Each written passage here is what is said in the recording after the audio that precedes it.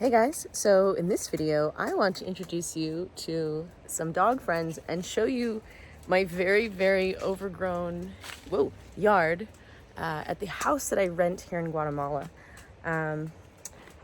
So let's get to it. So you may have seen my dog Stella in other videos. Stella has been my companion.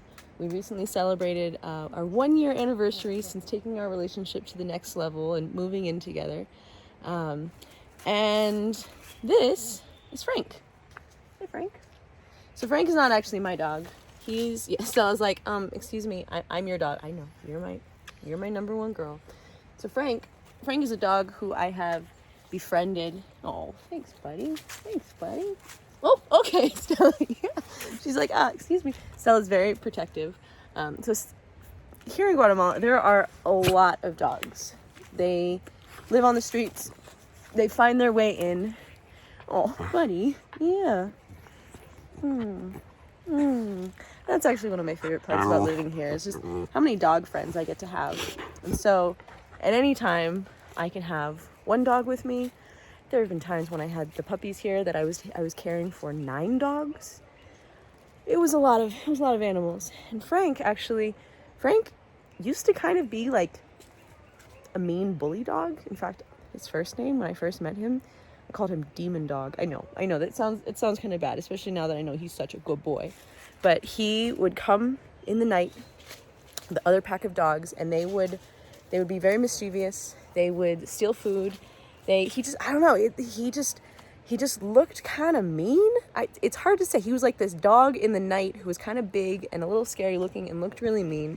And so I really tried not to take on more responsibility with dogs. But slowly over time, Frank and I became friends. So Demon Dog turned into Frank. Good old Frank. And so these dogs, so actually what I want to show you is, so here in Guatemala, the dogs are running free.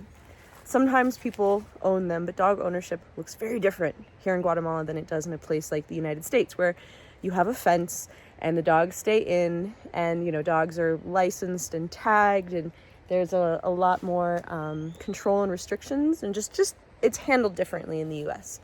So here in Guatemala, dogs run free. Different people have different relationships with their animals.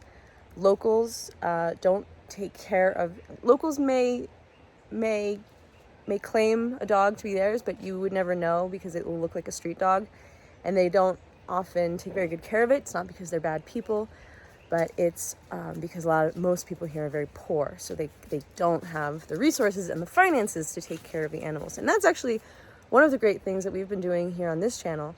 Well, my channel with my audience on Facebook is where it's been happening, which is why potentially losing my Facebook page has been really stressful in a lot of ways, just because I support these different causes. So I mentioned in a video, I have an elderly feeding program where I feed 16 local elders in this community. Several of them, they're all between late 60s and like late 80s.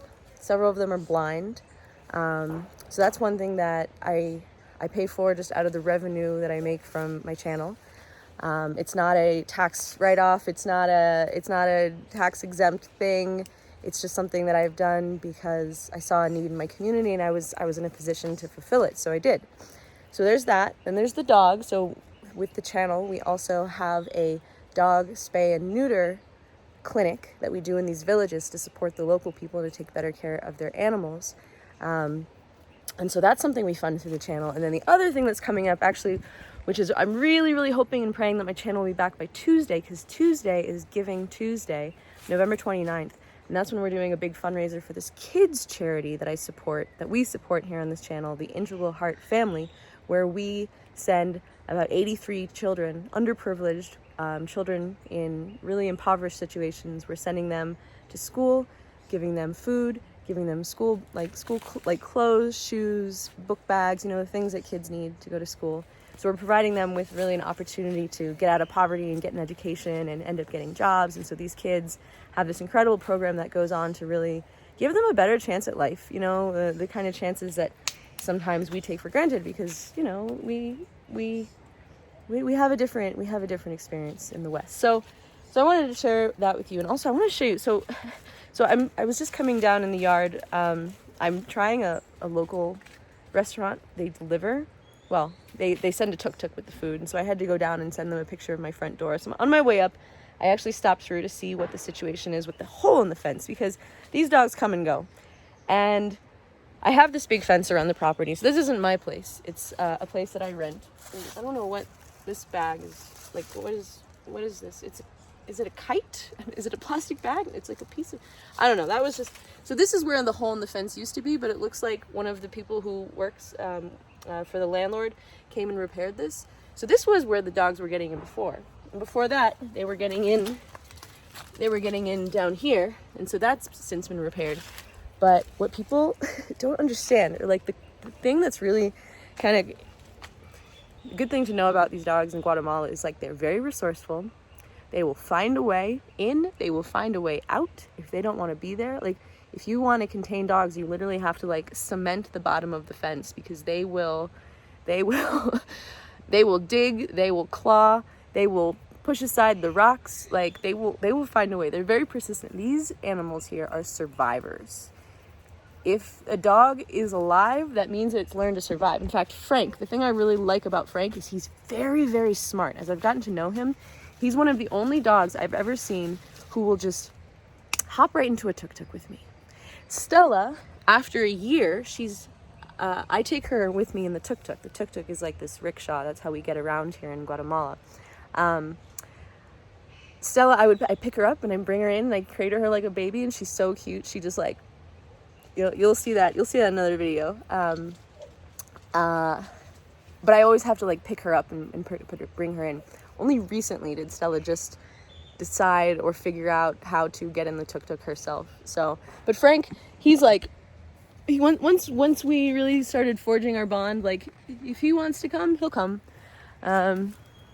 Yeah, he's not afraid. He's not afraid to figure things out and take risks, and I think that's why he's one of the biggest, strongest, most well-fed dogs in this village. So let's take just a little look around the rest of my yard. So here in Guatemala, I mentioned in another video, we don't have winters, but we do have rainy seasons. So it's just like in India, you get like the monsoon seasons, or other parts of the world, you'll have a monsoon season. We don't get that in the United States, but we do get that here in Guatemala.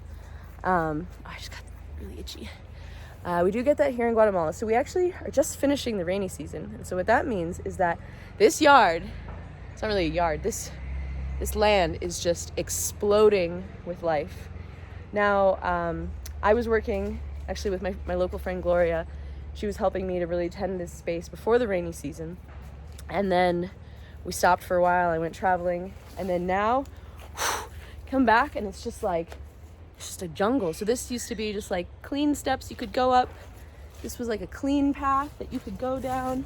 And now it's just really overgrown. So, so this tree, it's not a tree, it's actually a giant tree-like weed. We call them monte. This tree has fallen. So let's go underneath and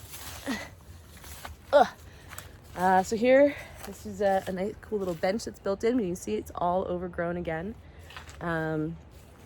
This is called a jocote tree, and it gives these, actually it's the season where it's giving off these fruits. This one, I wouldn't eat this one, this is fallen. Actually, these haven't been harvested, but on my land, so I mentioned, I bought land here in Guatemala, and I have quite a few jocote trees. And so I actually gave the jocote fruit to my neighbors, my local Guatemalan neighbors who harvested the fruit. And my request was, when they asked, they said, can we come take your fruit? Because I didn't have a plan to harvest it. They asked if they could come take it, and I said, yes, you can have it with the, sell it, make your money, and please use that towards the dog food for that puppy. So they adopted one of the puppies, one of Fievel's sister, Saya, who's actually one of my favorite puppies aside from Fievel. They adopted Saya, and so I said, yes, you can harvest the fruit, sell it, just please make sure you're using the money to make sure you're taking really good care of that puppy. And that was part of our agreement when I adopted out the puppies was that you have to get them spayed and neutered, and you have to buy real dog food, because a lot of the local people, they don't buy real dog food, they just give the dogs tortillas. So you see a lot of dogs are very malnourished, and it's unfortunate, you know. So you know, I care a lot, so much about animals, so much about dogs, and I know that part of my role is not in going and like correcting people and telling them where they're bad or wrong, because a lot of times people, you know, people don't do the things they do because they're bad or they're wrong or they're mean or they're intentionally malicious. Some people, sure. Most people, no. And a lot of times people do things because either they're uneducated, they've never been taught, or maybe they don't have the resources to do it. So it's like, how can I, knowing what I know, how can I share my knowledge in a way that doesn't persecute others for what they're doing, but rather strives to educate and empower them to do things in a better way, especially when it comes to caring for animals or children or the elderly, you know? So a lot of times it feels like an uphill battle, like a jungle that's constantly constantly being overgrown. Is that my jewelry? Constantly being overgrown. But you know, you just do what you can. You do the best that you can with what you got, and that's okay, you know? That's all we can do, because it's easy to feel overwhelmed and feel like we can't do enough, but it's like, just do your part, you know? And that can be in terms of helping others and solving problems, or that can also be like on your own journey with yourself and learning to love yourself. Sometimes just doing your part is like getting up and like making your bed, taking a shower, and like looking in the mirror and saying something nice to yourself, you know, like, and that's enough. So, hola. So, all right, guys, thank you so much for being with me. This is my first time ordering food. This is a revolution. I've never had food delivered to my house, so here, maybe you can just chill first. Okay. Here, Frank, you guys watch the phone. Hola, amigo. Hola. Ah, muchas gracias. No sabe que vas a venir. Sí, ya voy a venir. Muchas gracias. Es que antes decían Casa Café. Casa Café. Ahora es de Casa Ishim. Entonces, 40, 45. Sí, está bien. Sí, Gracias. está bien. Muchas Ya, gracias. gracias, adiós. ¿Cómo te llamas? Reinaldo. Renaldo. Así es. Muchas gracias. Gracias, Eva. sí. Bueno, Okay. qué gusto. Adiós. Adiós. All right, I got my burger. All right, guys. Adios. Okay, so we're closing the door. The dogs are outside. Now let's see where they come back in. Let me lock my door. Let's see where they come back in, because I actually don't know where the new fence is. But we're gonna find it. Let's find the new hole in the fence and see where these dogs are getting in now, because they're gonna pop in somewhere. So yeah, so this is what the land here in Guatemala looks like. So lots of luscious vegetation and jungle. We don't get winters, we don't get snow. I think they're gonna pop in somewhere through there. This is trash left by the last tenant. Okay.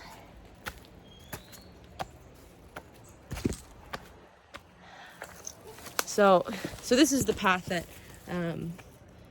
normally was like nice and clear, and now it's like super overgrown. But this is actually my favorite path to go. Okay. Oh. So this is where we started the video, down here. So here's the old hole in the fence. And see where the dogs pop in. It's like if they want to pop in. Now don't get upset that I left the dogs outside. Like this is what they do. They come and go as they please. I actually really wouldn't want to just contain the dogs, because, you know, I want the dogs to have the freedom to choose where they want to be. If they want to be with me, great. If they don't want to be with me, okay. Like go where you are happiest. If you come to me, I will love you. I will care for you. I will give you food and medicine and a warm, safe, clean, dry place to sleep. And that is my standing offer. Take it or leave it, pups. So No. Let's see if they come through. Let's see where they come through. Ah, there it is. There we go. We found it. Hi, girl. Hi, girl. All right, let's go. Hi, Frank.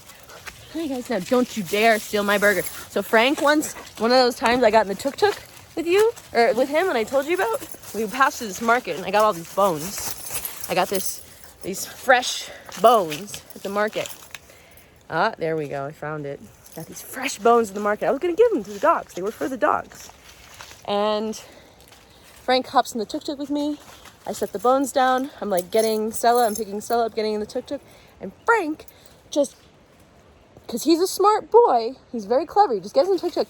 He grabs the bag of bones and dashes off. So, okay, well, here we go. Here's the hole in the fence. See that? Come on, Stella.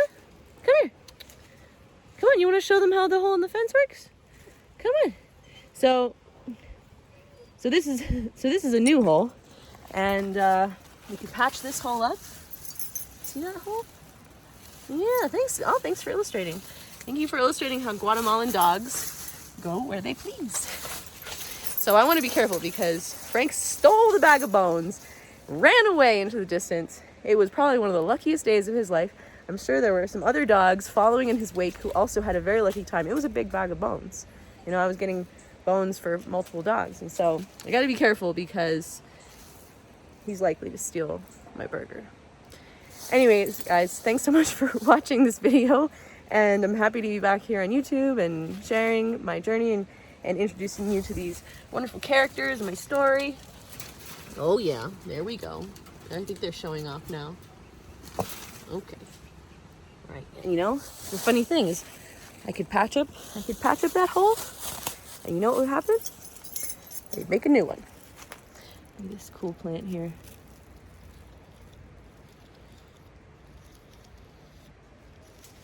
All right, guys, I love you. I am going to get upstairs and have some lunch. My first time getting food delivered. I'm living here in Guatemala for 3 years, and this is literally my first time having food delivered to my house. So that's a modern luxury that, wow, I didn't even know. All right, guys, love you. See you soon.